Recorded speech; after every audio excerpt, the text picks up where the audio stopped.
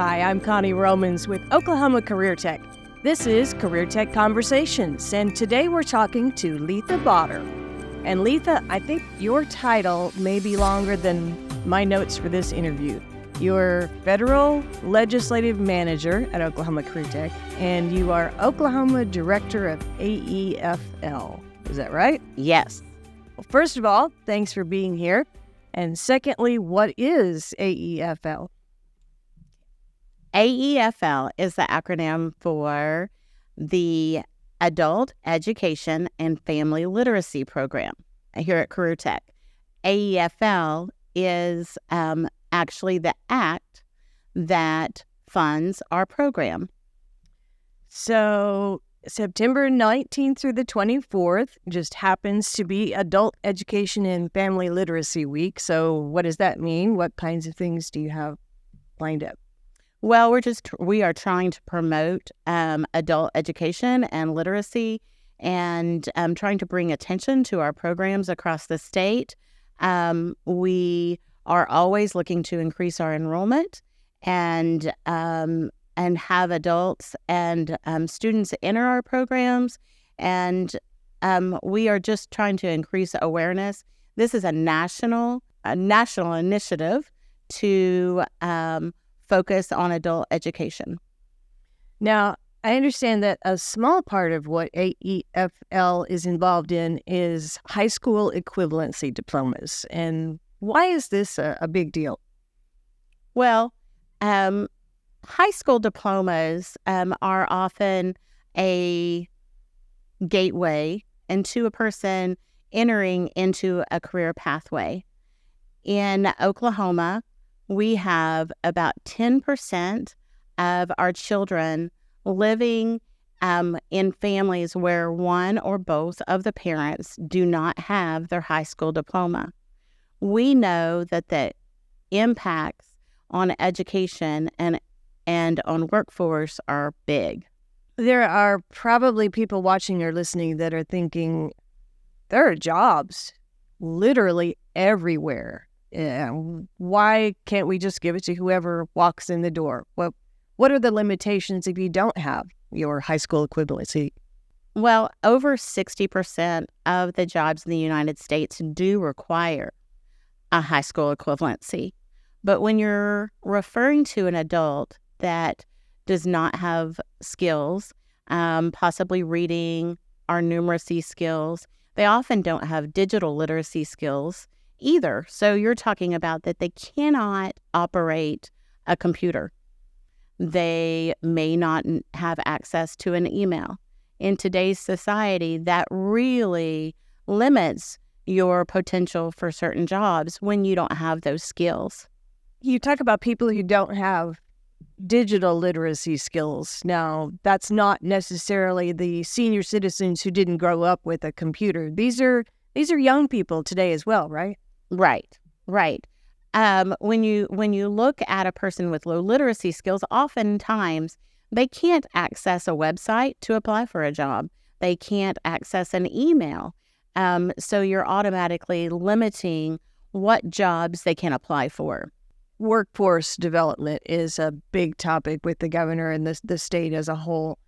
This is kind of your division's piece of that puzzle, right? Right.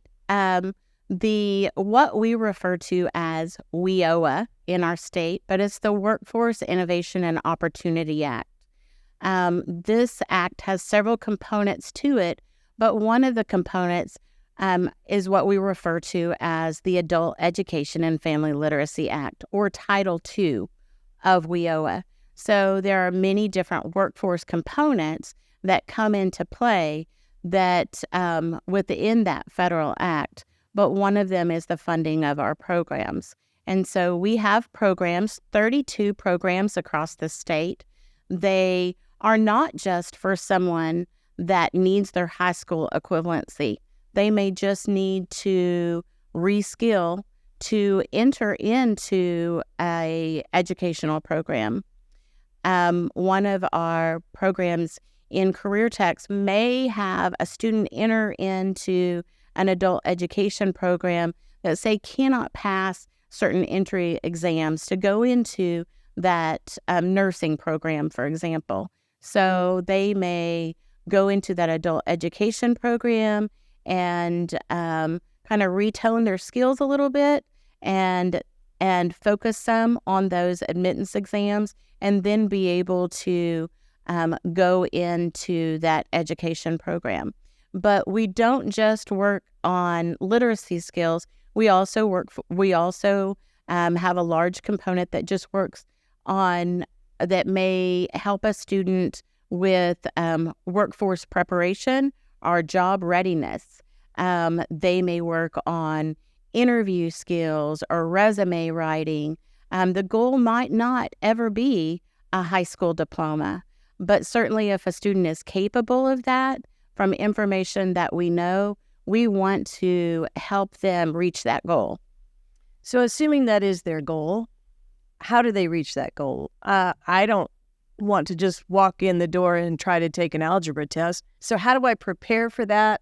And what is CareerTech's role? Okay. Our programs are, there again, statewide. And when a student comes into our program, we evaluate that student and we determine their needs. We will sit down and visit with that student about what their goals they have for their program, and determine a pathway for them. In our state, we do utilize two different assessments that would enable a student to obtain their high school equivalency. We utilize two different vendors, the GED or the HiSET. Both exams are given statewide, and those exams may be given inside one of our programs, or they may be given in conjunction with other programs across the state. And so we have testing sites that we monitor and that we work with. And so when a student comes into one of our programs, they're oftentimes given an assessment, and we look at where their needs are and where how long that may take for them, and sit down and visit with that student and try to get an idea of how often they can attend class, and then looking at is their goal to enter the workforce? Is it to enter higher education, a CareerTech program? Is it to obtain that high school equivalency? So I'm out in Woodward, and I went to get we used to call it the GED, but now you've cleared that up. That's just one of the options. But I want to get my diploma. I have to drive all the way to Oklahoma City twice a week to prepare for that, right? No. We have local programs that we have strategically placed across the state, and we have them available. Many of our programs also, even though we have 32 programs, they offer classes in a variety of sites. So I believe we are over 120 locations for classes, but you would want to contact one of our programs and they would tell you where they're offering classes in your area. So then I've prepared for my exam and I'm ready to test. Mm-hmm. That's not free, right? In most cases? Right. Right. There is a charge. There is a charge to take those high school equivalency exams. Oftentimes, our programs work with resources within their community. We also may look at their dual enrollment in another workforce program under WIOA to pay for those programs. We do not want the cost of the high school equivalency test to ever get in the way of someone actually achieving that goal. But depending on if that student goes through one of our programs, it may limit they may not be knowledgeable about what resources are available to them. What's the easiest way for them to get an overall picture of what resources are out there? Who would they contact? What the website? Where would they go? I would first, if a student or a learner wants to enter into a program, I would contact our office or look on our website and determine what program is closest to them. You're not obligated to attend at the closest one. If it's more convenient for you to travel to Oklahoma City or to travel to Tulsa to a program, then you could travel to one of those programs. Then I would probably begin by calling that program and talk to them about where their classes are offered and what they have available. They will do a kind of a case management intake, and they'll talk to you about what services that you are already receiving and what we could offer. Our programs are also able to offer support services. So if a person has difficulty with transportation or with childcare, we may have opportunities to help and to assist in those programs. A lot of our programs will offer transportation. We offer also technology, curriculum. We want to support the student where they are. So it sounds like you're kind of in the business of breaking down barriers. Definitely. We always talk about barriers to employment, and we want to address those barriers to employment. So when a learner is ready, they can get a job. And that is our bottom line, is education and training for that job.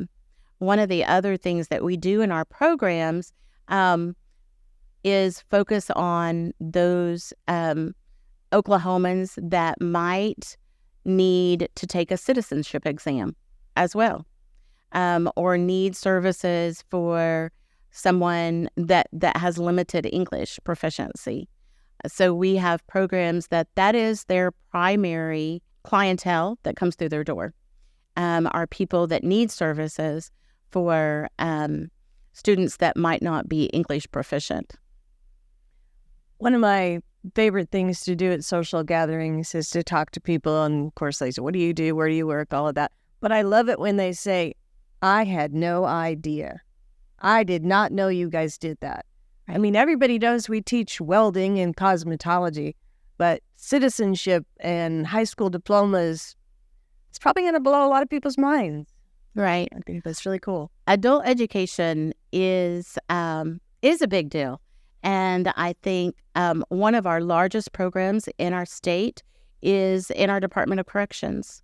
And so we enable programs to be in Department of Corrections and to work with people that may be incarcerated that do not have their high school diploma.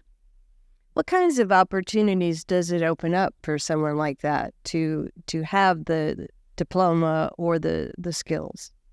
In a correctional facility? Absolutely. Okay. My understanding is that when a person enters into our state's correctional facility, they are given an academic assessment. And that is in regardless of what degree they may have or what reading level they may have. They are assessed at that time using one of our adult education provided tests. And so everyone is assessed, and then they are determined what type of program that they can go into. If they don't have their high school diploma, they would be entering into our adult education program before they would enter into, say, a CareerTech Skills Center program. Going back to what I said earlier about I had no idea. We have not, as CareerTech, we have not been doing adult education forever. How long have we been doing, say, the high school equivalency diplomas? Okay. Adult education, which there again, the high school equivalency is just one piece or one way that we measure our success in our adult education program. But the program came to us here at CareerTech in 2014, and it came to CareerTech from the Oklahoma State Department of Education.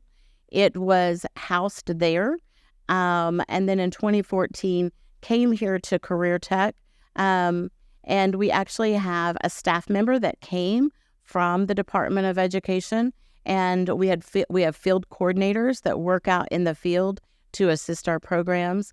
And we really feel like it's a great fit when you're talking about workforce readiness.